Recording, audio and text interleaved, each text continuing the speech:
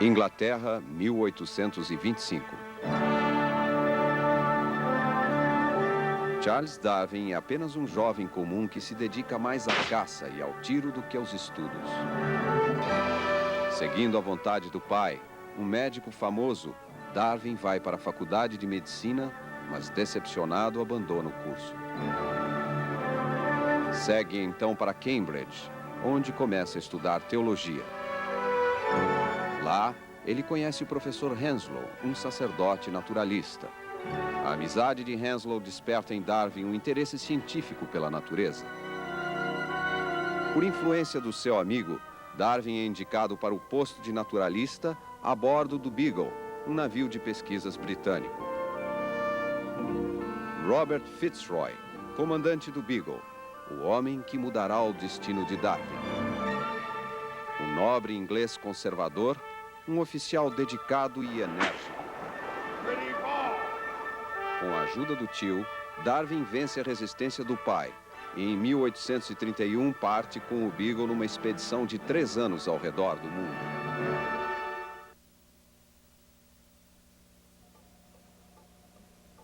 The voyage of the Beagle was by far the most important event of my life. Indeed, it determined my whole career. But if anyone should ask my advice before undertaking a long voyage, my answer would depend on his possessing a decided taste for some branch of knowledge. For the passing pleasures of the moment do not always counterbalance the evils.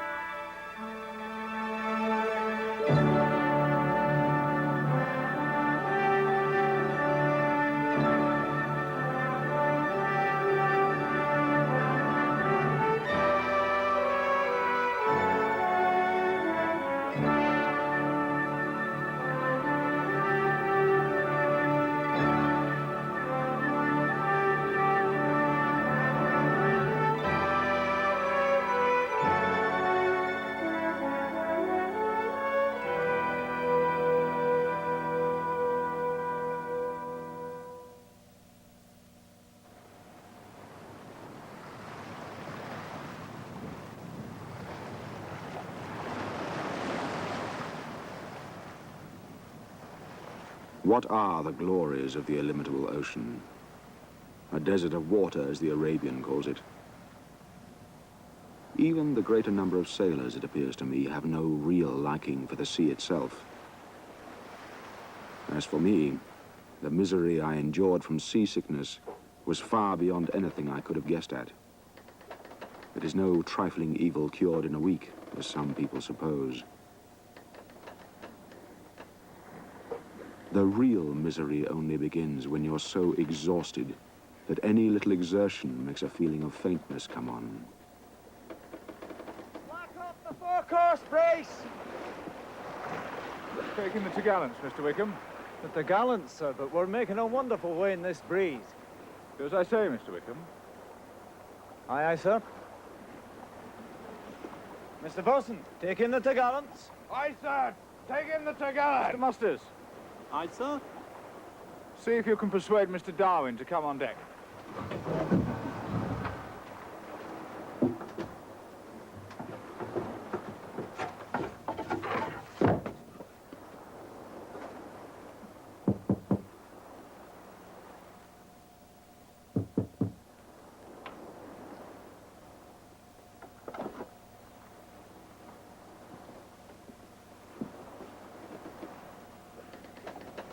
Mr. Darwin.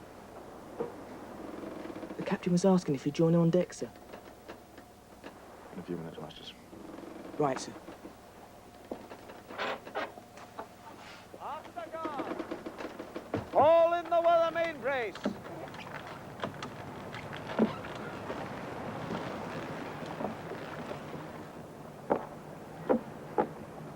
Aloft there! Send a hand to those back braces about the top rim. You're beginning to find your sea legs, I'm glad to see. I'm not so sure. By the time you reach the South American coast, you'll have the stomach of any admiral. They say Nelson never got over it. Do they now? Well, you see those men? Every one of them was as sick as a baby when he first came on board, and now look at them. Just to look at them makes me feel ill. They say you slacken sail just for my sake. That's what's kind of you. We shall soon make up the lost time. We should be changing tack in about half an hour. After that, the faster she goes, the smoother she'll ride. Meantime, it's best you stay on your feet. I shall be doing my round shortly. Best accompany me.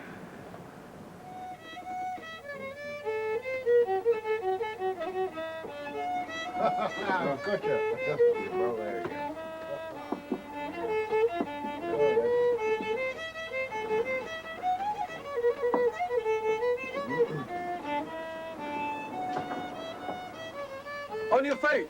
Come on, move. On your feet.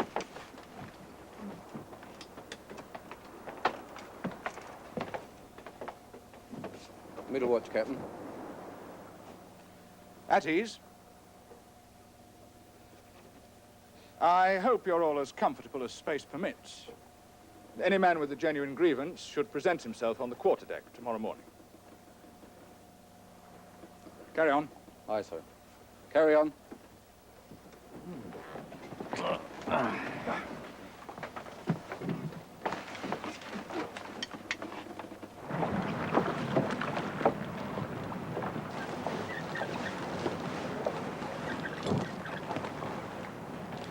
Fitzroy's authority was beyond question. I would never have believed the extent to which every officer and man felt the slightest rebuke or praise. It was amusing to see Hans hauling at a rope, not supposing him to be on deck, and then observe the effect when he uttered a syllable. It was like a string of dray horses when the wagoner gives one of his awful smacks.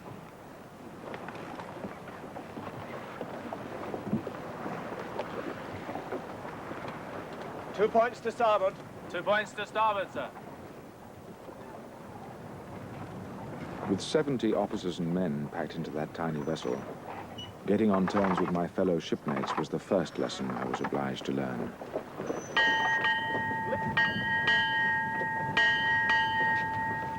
On deck, middle watch.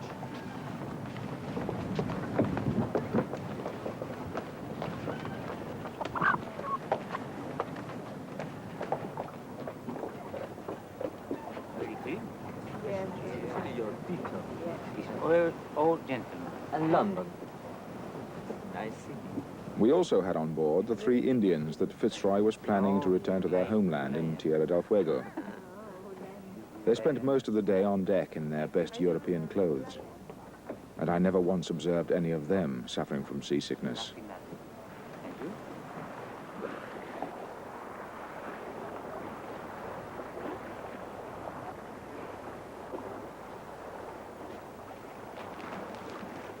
Darwin?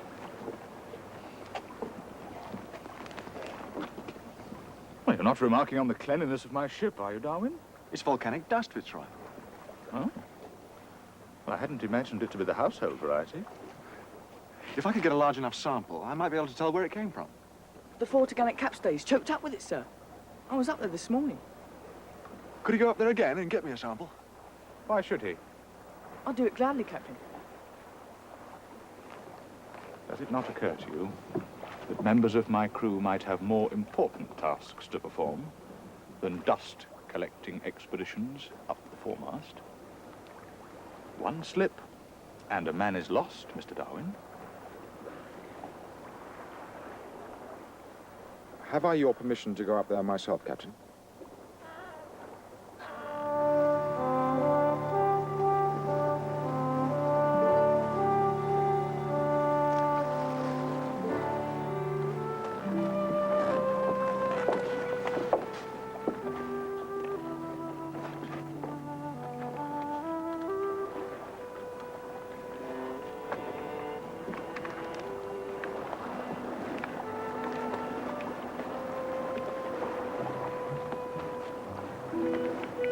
After him, Mr. Musters. He may need some assistance shortly.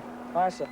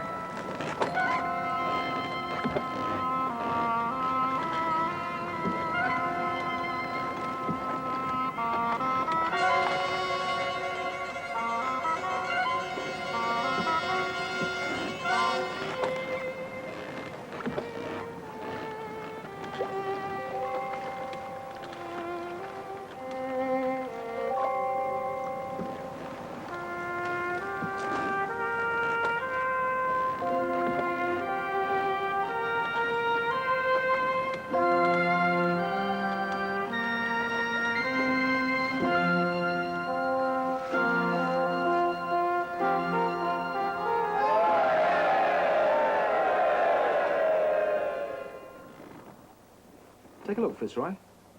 That brown dust contains dozens of different organic forms.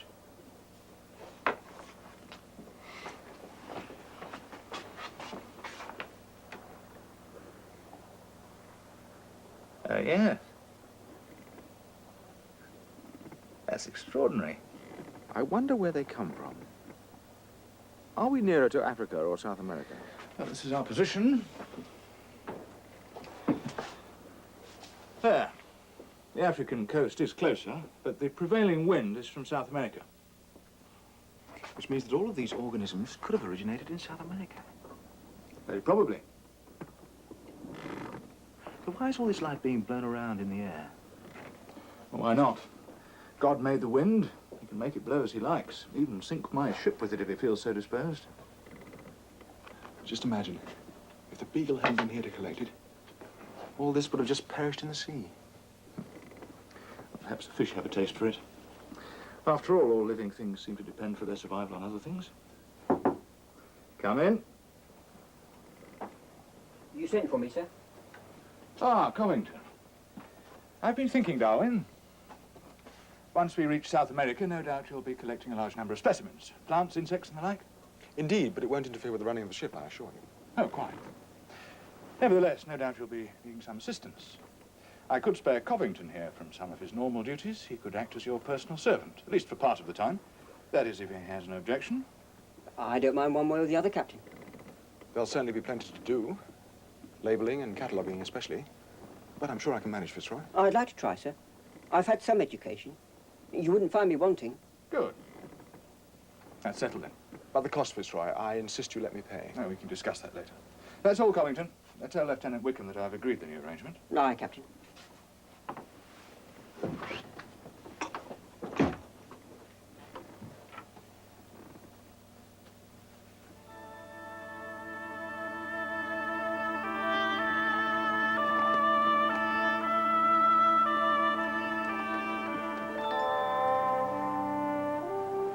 On calm evenings, the luminous sea presented a wonderful, most beautiful appearance.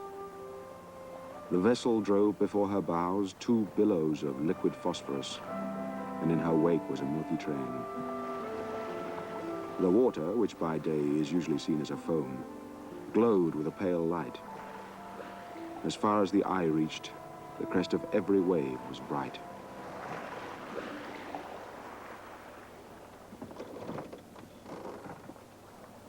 A stronger brew than the captain serves, eh?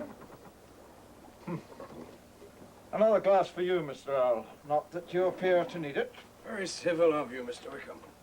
Nothing like a few grogs to keep the ship on an even keel. Drink up, philosopher. You may not be feeling like it tomorrow. What does the weather hold now? Please the Lord, no more storms. No one ever died of seasickness. I shall be the first. I shall make medical history. The sun will shine tomorrow, never fear. About noon by my reckoning. Might be the right time to make yourself scarce. Scarce on this ship. You couldn't hide a penny piece. But why tomorrow? I think Mr. Sullivan's hoping you haven't been in these latitudes before. He knows very well I haven't. Ah, well, you see, tomorrow, given a fair wind, we cross the line. And if you've never crossed the line, you couldn't pick a better way to do it than on one of His Majesty's men of war. But there are certain traditions to be maintained. Savage and barbarous customs, Darwin. Their meaning buried in the mists of time.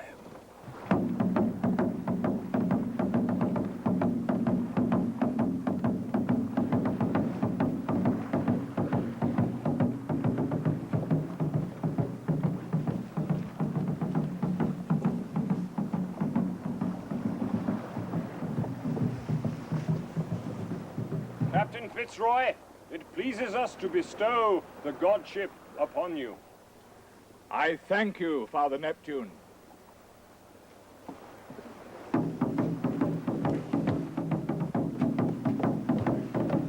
What fools these sailors make of themselves. Blindfold him and proceed with the ceremony in a manner befitting his high standing upon this vessel. I understand he is a friend of the captain. I was. Strike up, Mr. Covington!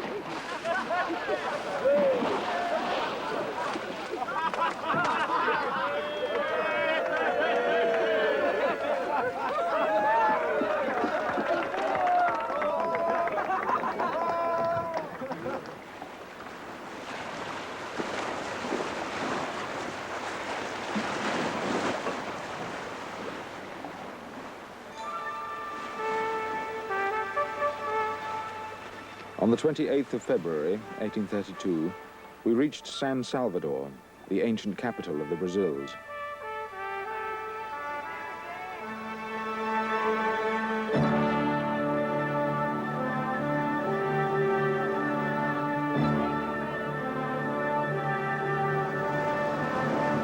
Stand by to take in all sail, Mr. Whitman. Stand by to take in all sail, Mr. Bosun. Aye, aye, sir. Stand by to take in all sail. Take in all sail, Mr. Bosun. Aye, sir. Take in sail.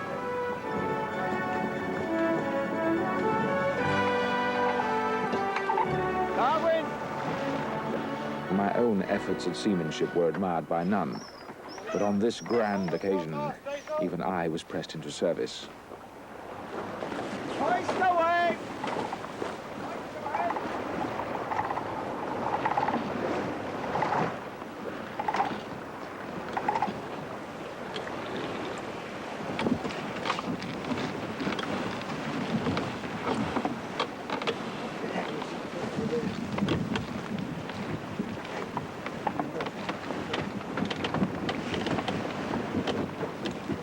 Belay that rope and look alive! Let go!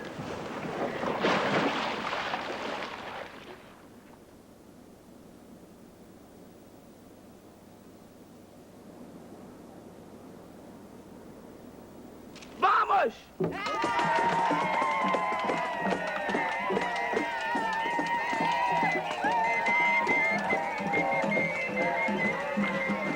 It was carnival time, but nothing daunted, Wickham, Earl, and myself were determined to face its dangers. This is just the beginning of Carnival. How long does it go on? About 3 weeks. Once a year, they throw off their cares like an overcoat. The English never learned the trick of it. No, nor the Scots.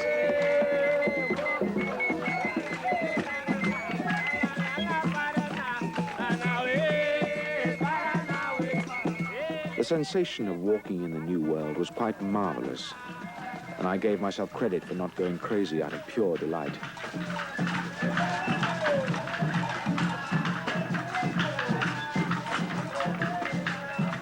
I was prepared for the color and gaiety of the tropics, but the actual experience proved more overwhelming than anything I had imagined.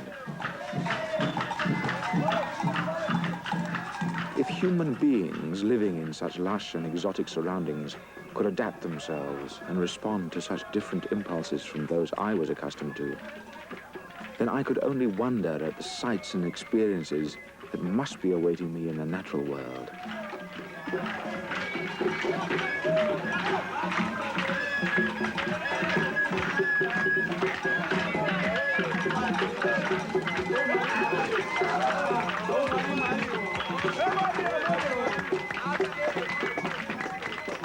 It was the first time that Wickham had been ashore, and he vowed that even if we remained there for the next 6 months, it would be the only time.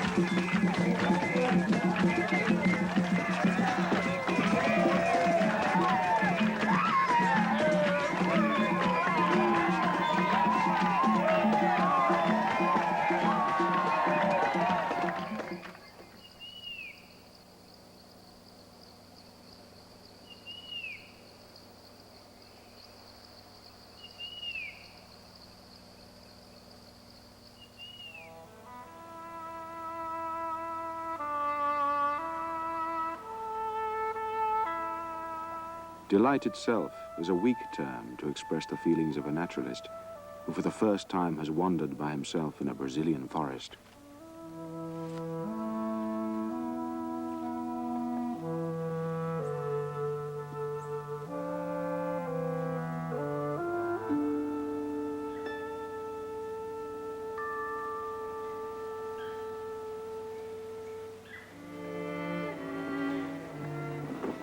The elegance of the grasses, the novelty of the parasitical plants, the glossy green of the foliage, but above all, the general luxuriance of the vegetation filled me with admiration.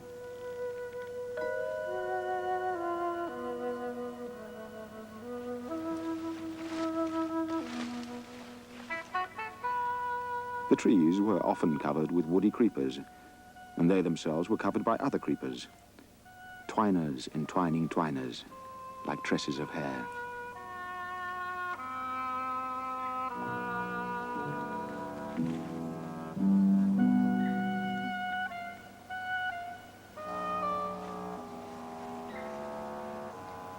My mind was a chaos of delight, out of which I knew a world of future and more quiet pleasures would arise.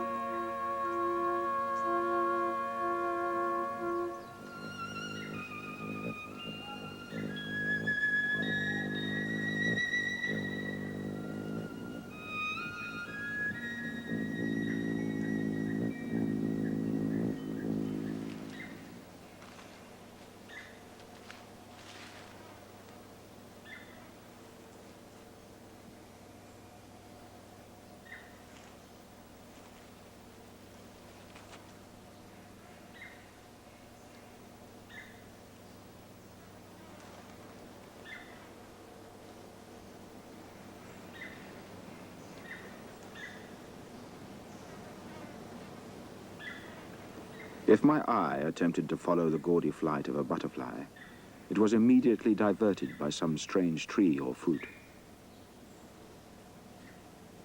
If watching an insect, I forgot it, in admiration of the flower it was crawling over.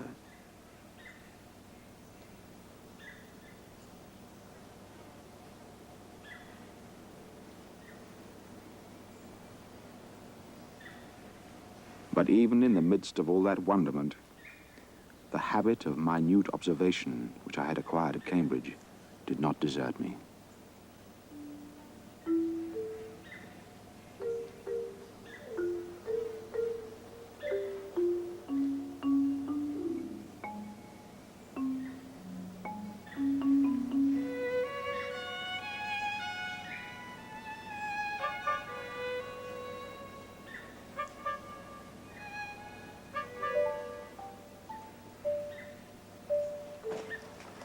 I made no conscious decision at this time to devote my life to science.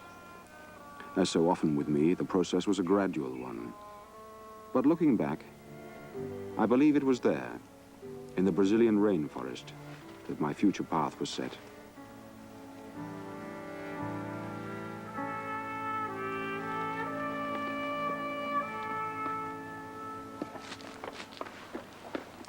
The most striking aspect of the South American mainland was the complete absence of very large mammals, like the elephant and the rhinoceros, which abound in Africa. Why this should have been so remained a puzzle, which occupied my mind for many months. Indeed, some of the largest inhabitants of the rainforest are the little coatis. These animals possess the ability to climb trees and move swiftly through the densest thickets. Chancing upon them as they were dining, I had the singular opportunity to observe the method by which they hunt. Using their sensitive nostrils to detect their prey, they then wield powerful claws to reveal the hiding place of their victims amongst the decaying vegetable matter of the forest floor.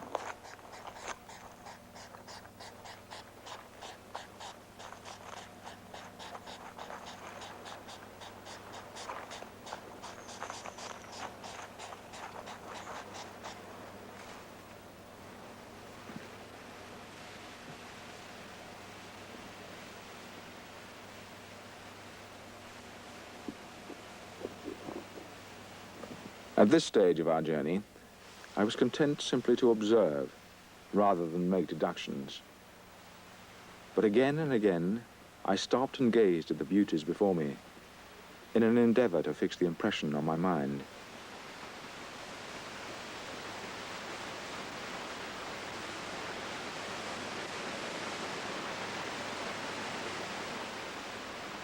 Sooner or later, the memory would fade, but like a tale heard in childhood, it might yet leave an image full of indistinct but beautiful reflections.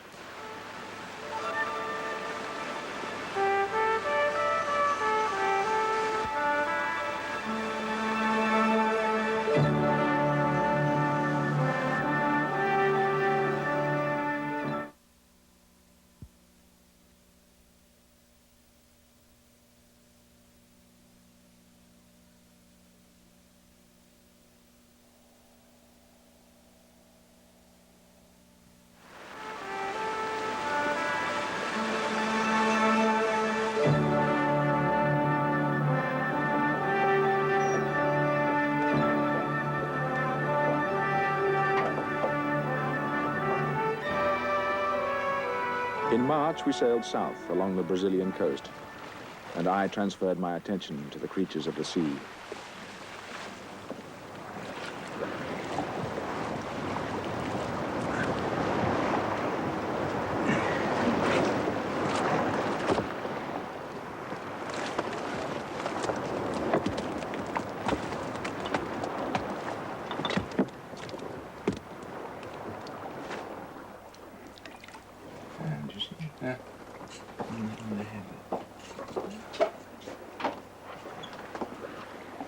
Mr. Darwin, I seem to find you and your fish innards everywhere I go. This is the officers' mess, you know. We asked him in, Wickham. Sorry, Wickham, they asked to see my new marine specimens. Well, this is all very well, Darwin, but where are we going to put all this stuff? Before long, we'll look like a floating museum. Or a fishmonger's. It's the scientific mind, Wickham, forever cutting things out. The artist has a more civilized way of looking at the world. He's content to observe things as they are. You can't observe the digestive system of a fish simply by looking at it, Earl. Then observe the beauty of it and leave the simple creature alone. If I were the skipper, I'd have hewn your damned mess out of this place. Most of it's not even fit for eating by the looks of it. Take a look at this one. You wouldn't believe that could get the better of a shark, would you, Wickham? It would take more than your word to convince me of it. Absolutely the case. Whenever it's attacked, it blows itself up like a ball.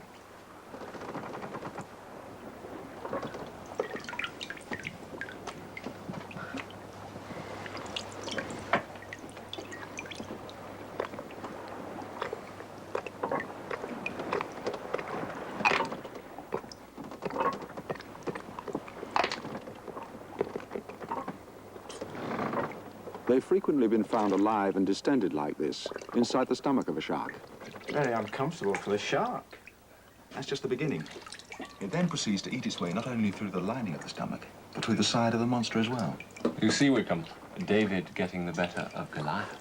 Exactly. Who would have thought that soft little creature could destroy the terror of the oceans? And what better reason for getting it off my ship?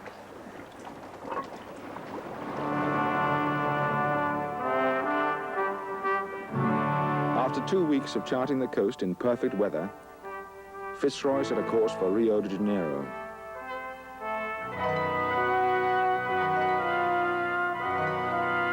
The scenery was magnificent.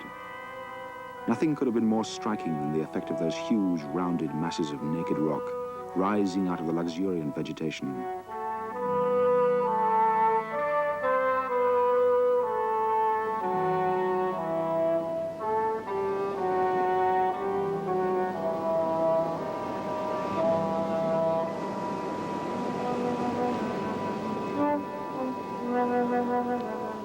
The ship was due to spend more than a month in Rio, and since Wickham was planning various bedevilments, such as caulking and painting, I resolved to take Covington ashore and make a serious start on my collection of tropical specimens.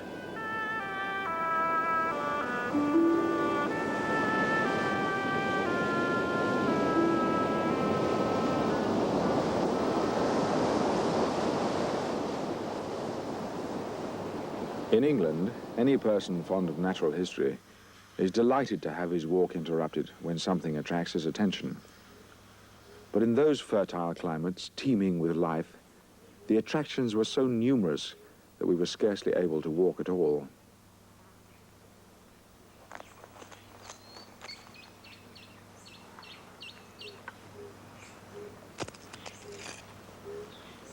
As to the vegetation, Before the voyage, I could hardly tell a daisy from a dandelion, and it was positively distressing to walk in that glorious forest, knowing how much more benefit a knowledgeable botanist would have derived from it.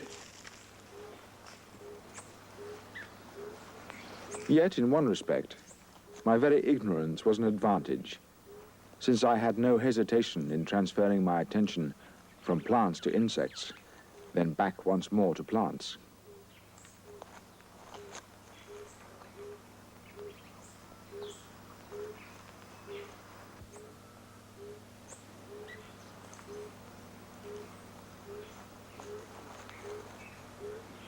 The activity of ants in the tropics is truly astonishing. Well-beaten paths branch off in every direction, on which an army of never-failing foragers may be seen. These were the leaf-cutters, some going forth and others returning, burdened with pieces of green leaf often larger than their own bodies, which they had taken from a living tree or shrub.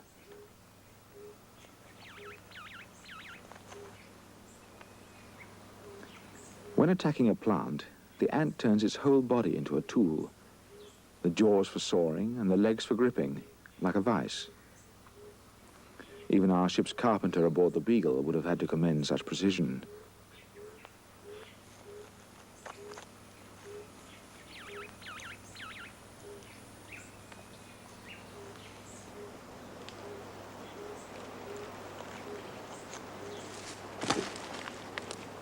All South American spiders are poisonous to some degree, and this one, the hairy-bodied megalomorph, was the largest I had yet seen, with the unenviable reputation of numbering lizards and sometimes even small birds amongst its victims. I took care not to become one of their number.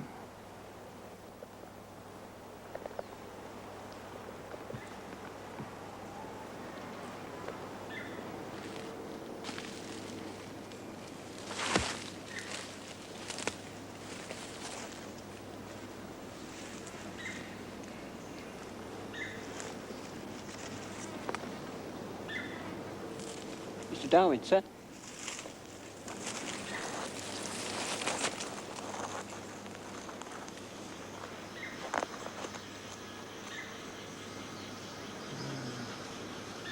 She's a ground dweller. The feet are modified for digging.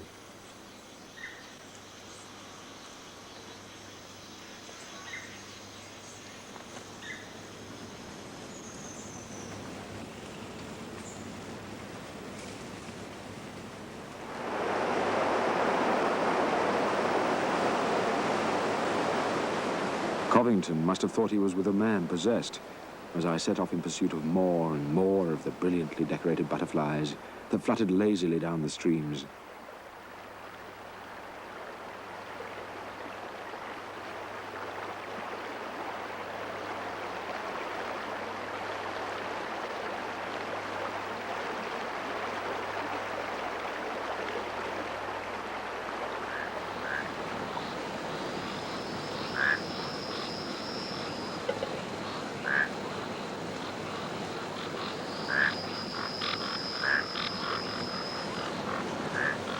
Much of the prevailing noise in the forest came from the humble frog, and when several were together, they sang in harmony on different notes.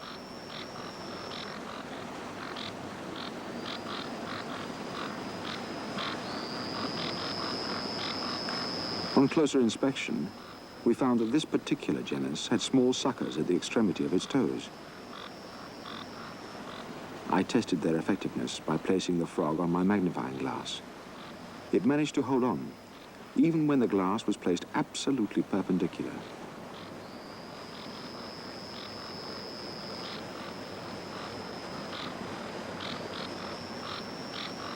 Looking back, I can now perceive how my love of science gradually took over from every other taste. More and more I gave up my gun, and I discovered, though unconsciously at first, that the pleasures of observing and reasoning were much higher ones than those of hunting and sport.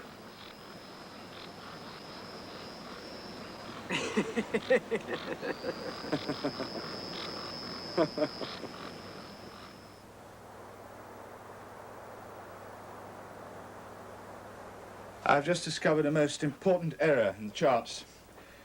There's a significant difference between the meridian distance from San Salvador here to Rio, as measured by the last French expedition and that measured by ourselves.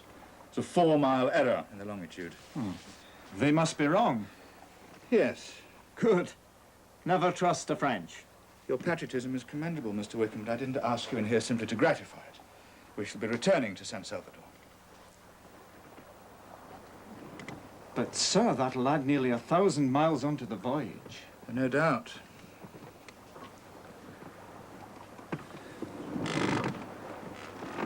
Have we any reason to doubt our measurement? Almost certainly it's the French measurement that's in error. However, we came here with Admiralty instructions to chart the South American coastline. I intend to fulfill those instructions, to the letter. We shall spend 3 years in these waters, more if necessary. We may have some deserters, sir. That's as may be. But we shan't return until we have the first complete and accurate chart of the whole coast. Do I make myself clear? Sir. Very well. Now. Yes? Darwin, just to say that we're heading north again to complete some unfinished business. But if you and Mr. Earl would prefer to remain here ashore at Rio and to wait our return, I've no objection. Well, perhaps... However, I must warn you, you may well be disappointed, even disgusted by the condition of the town. It is full of offensive sights and smells, and an uncivil population. Thank you for coming.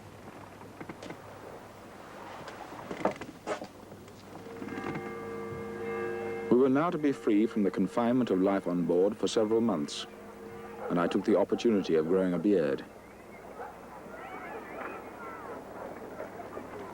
Fitzroy had given Earl and myself an introduction to an Irish planter called Patrick Lennon, who owned a house in Rio and a large estate in the interior. I'll wait with the baggage, sir. I'm sure Mr. Lennon would be happy to receive I you. prefer to keep an eye on things, sir.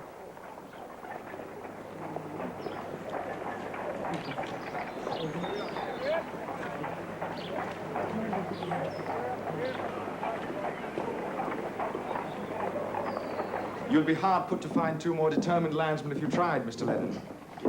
Earl is tired of the sight of the sea, and I haven't stopped being seasick since we left Plymouth. The floor is heaving beneath my feet at this very moment. Perhaps you'd better sit down, gentlemen. I see Captain Fitzroy failed to explain. Darwin's the naturalist aboard, and I am the artist. I trust you can both ride a horse. If it's possible to be horse-sick, I probably will be. This may sound rather an absurd request to you, Mr. Lennon, but if occasionally on the journey we could venture from the road a little, I would appreciate a good look at the vegetation. So, you want the shirt torn off your back in the real Brazilian forest?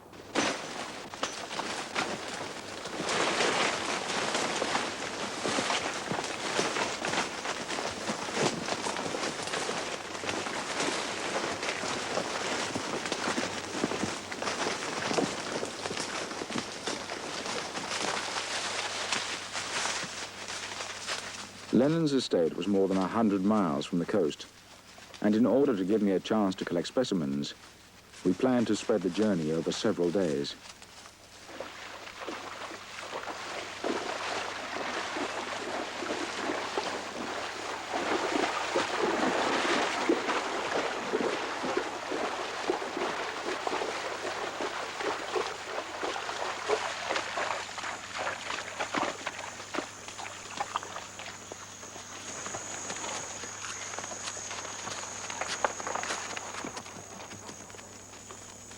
Covington.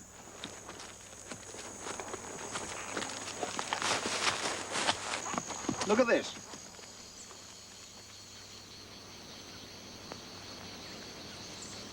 Army ants.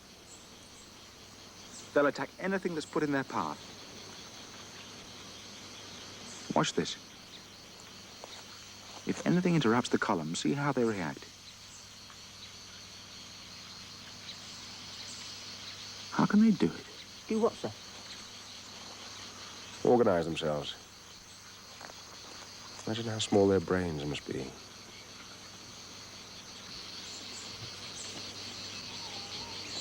You want me to collect some, sir?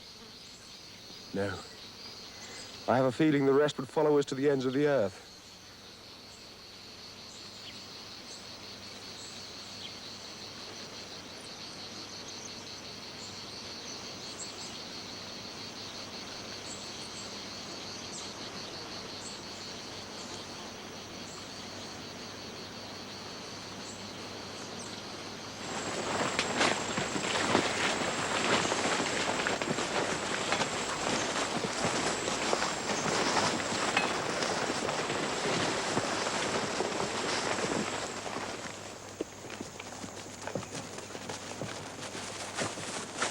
The day had been powerfully hot, with the thermometer in the shade reaching 84 degrees. As evening approached, we were glad indeed to reach one of the small inns that was situated at intervals along the route. Boa tarde, Senhor Gomes. Boa tarde, senhor. É prazer muito grande vê-los. Prazer enorme.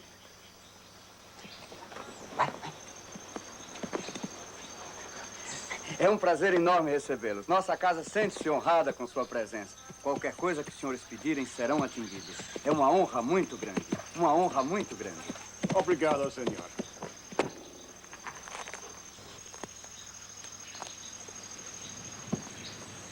Covington, a place is being laid for you here. Very good, sir. I'll be over in a minute. Gentlemen dining at the same table with their servants? I'm not sure Captain Fitzroy would approve. We can hardly be expected to recreate the officers' mess in the hinterlands of Brazil. Isn't it more than that with you, Darwin? I suspect you find our English class structure, shall we say, somewhat irksome? I don't know. It's evolved through the centuries. I see it as one way of organizing society. Like those ants we passed today. Each ant has a place in the system. Quite right. But human beings are more capable of change, are they not? I never heard of ants staging a revolution. Though I must say they look as if they might have had the revolution already. If the climate changed, the ants would have to change with it. Or march off to somewhere else.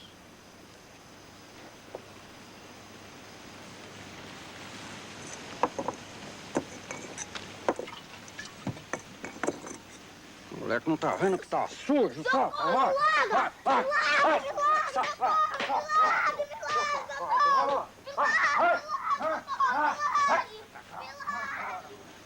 It's harsh indeed. Don't trouble yourself about it, Mr. Darwin.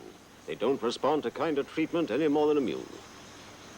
I was told before leaving England that after living in slave countries, all my opinions would be altered. So? The only alteration I'm aware of is forming a much higher opinion of the Negro character. You haven't been amongst us very long, Mr. Darwin. Drink up, Charles. This is no evening for arguments. Take comfort from the fact that the earth is no longer heaving under your feet.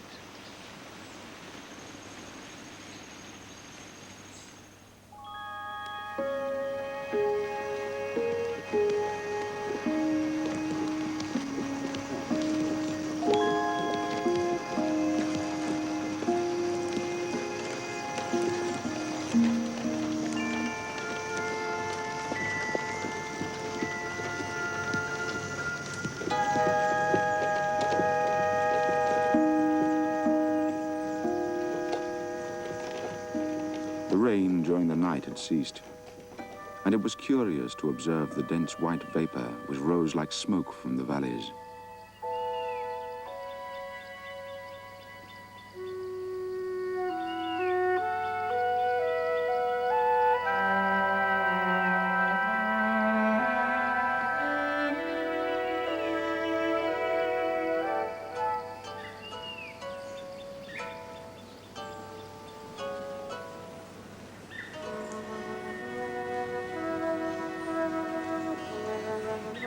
Among the many creatures I was observing every day, the brightly colored caterpillars particularly caught my attention. Instead of hiding from their potential enemies, they contrived to look as fierce as possible. But even more remarkable, where some had poisonous hairs to protect them from birds and lizards, others did not. Their bristling armor might look just as fierce, but in truth, their whole appearance was a harmless pretense, apparently designed to confuse their predators.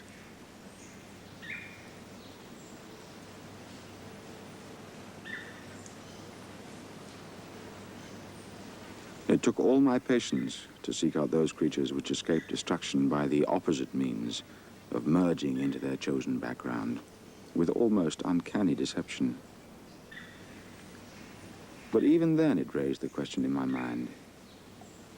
If the Almighty had gone to such elaborate lengths to furnish them with a means of protection, why should he first have provided them with enemies at all?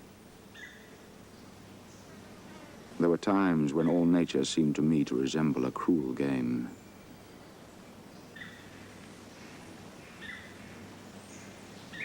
Darwin! Darwin! Charles, come along. Not another bag from Darwin. I know now what they meant when they said you were a collector. We'll soon have to get another mule for you.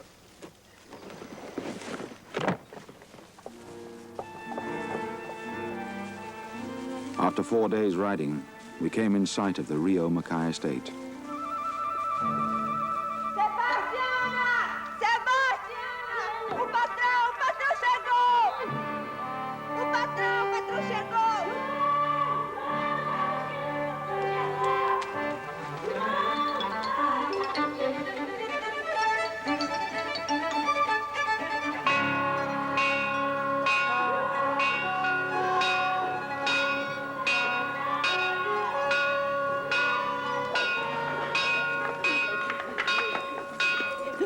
Bem-vindo, senhor! Bem-vindo, senhor! Bom dia, senhor!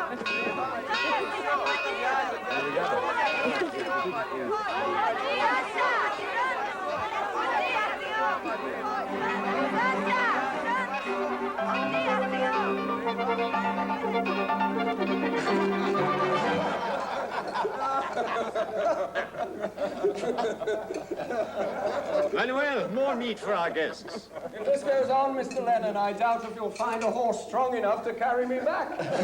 In our country, a guest must eat every food. How big is your estate, Mr. Lennon? In breadth, about as far as you can see on either side. And in length? I've quite forgotten. And how many slaves do you need to work your land? I've forgotten that, too. How many, Manuel? Oh, many, many. He looks after them well, doesn't he, Darwin? I can't deny it. These here look contented enough. One big family, one happy family. Mr. Lennon, you remind me of an Oriental sultan who's forgotten how many wives he has. I'm a good Catholic, and I've got one wife, and I'll trouble you not to be offensive. In Rio, I'm told, the authorities are trying to prevent slaves from being landed at all. How do you come by yours? Yeah, they're not easy to come by, but we manage somehow, don't we, Manuel? Yes, we had a new shipment yesterday. Good. All for Sr. Figueiredo. What? For the Figueiredo estate. Sr. Figueiredo chose them himself. I choose which slaves shall stay here and which slaves shall go. Sr. Figueiredo particularly wanted the married couples. Figueiredo will get what I choose to give him. You understand me, Manuel? Yes, sir. I understand.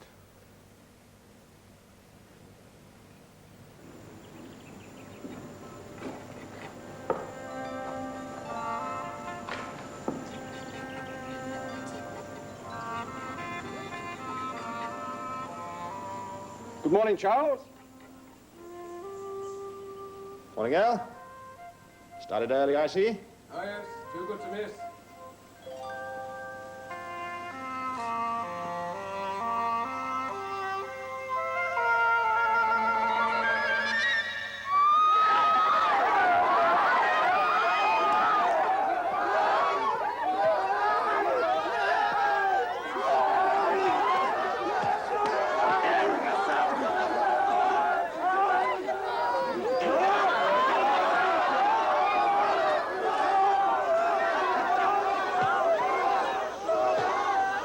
Why separate the men from the women? Why split up families? An unfortunate circumstance, but it can't be helped. I need the men here. The women can go to Figueiredo. He can use more women. But they will see their men again. Yeah, hardly. The Figueiredo estate's more than 200 miles from here. It's regrettable, but they'll forget soon enough. They're not married, you know. Not as we understand it. You believe that? I think you're being a trifle over-sentimental, Mr. Darwin. If I take my dog for a walk, he follows me gladly, not knowing if it'll last for 5 minutes or 3 weeks. Come back in 6 months and see how they've settled down.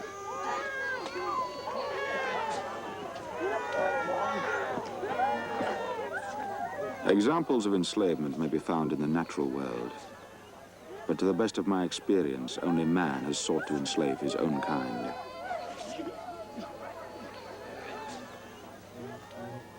Beneath the tiles of the slave quarters, I noticed certain wasp-like creatures stuffing the body of a half-dead spider into their nest.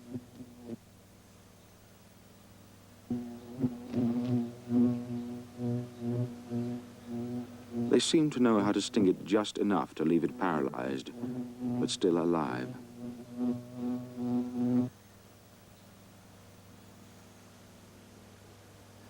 In due course, they would lay their eggs on it and make the wretched, powerless creature serve as a source of food for the emerging larvae.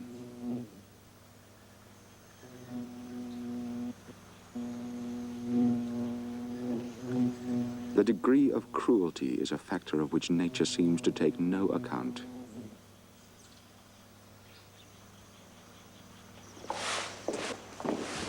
By the by, Darwin, I've taken the precaution of providing you with an extra mule. It's very kind of you. Just in case you continue collecting our specimens at the same rate on the road home. I'll go by, senor. Bye, sir. Bye. Bye.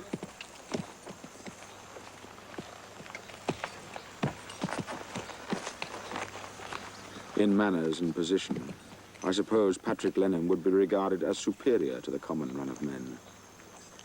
But on the subject of slavery, his mind was closed. There seems to be no limit to the blindness of self-interest and habit.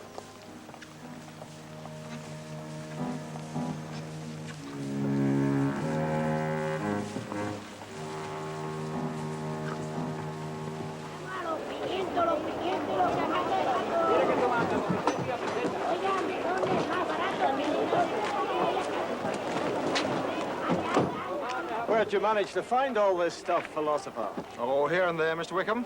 And where the devil do you expect me to stow it? I'm sure you'll manage, Mr. Wickham. Once Darwin has catalogued it, it can all be sent to England from the next port.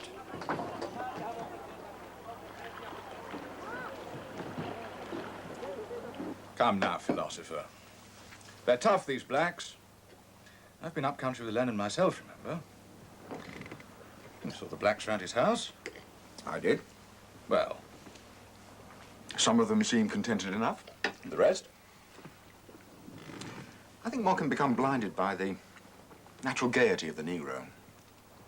Put yourself in the position of a slave, Fitzroy, with your wife and children torn from you and sold to the highest bidder like beasts. For all his hospitality and courteous manner, Lennon is still capable of that. But they are of a different race from us, Darwin. Surely acknowledge that? I acknowledge that they're of the human species. In that they don't differ from us. Should we not show them Christian charity? Doubting my charitable Christian intentions? Of course not. One day, when I was with Lennon, for my specific benefit, he called together a group of his slaves and asked whether they were happy and whether they wished to be free. Every single one of them answered no. Oh, come, Fitzroy. Do you really consider the answer of a slave in the presence of his master to be worth anything? Are you doubting my word? There's no question of your... Are you doubting my word? Your word is not the issue. It's that of a slave in the presence of his master who owns him as you would own a dog. Get out. Doubt my word, but don't expect to share my quarters in this ship. Get out!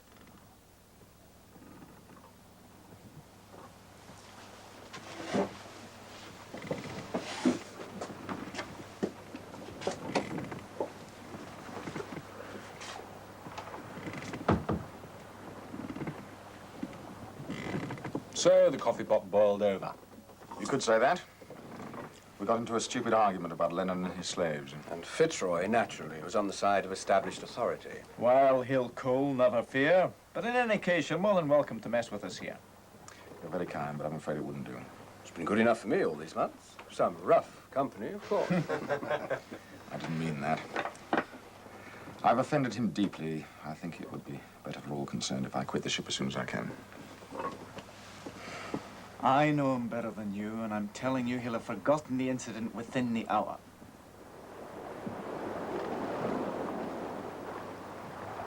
But we were now to be overcome by a misfortune, which transformed my quarrel with the captain into a matter of trifling significance.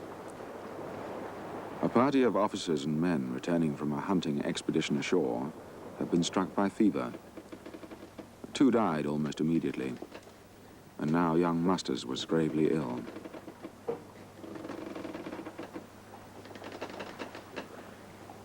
Fitzroy, particularly, was very fond of him.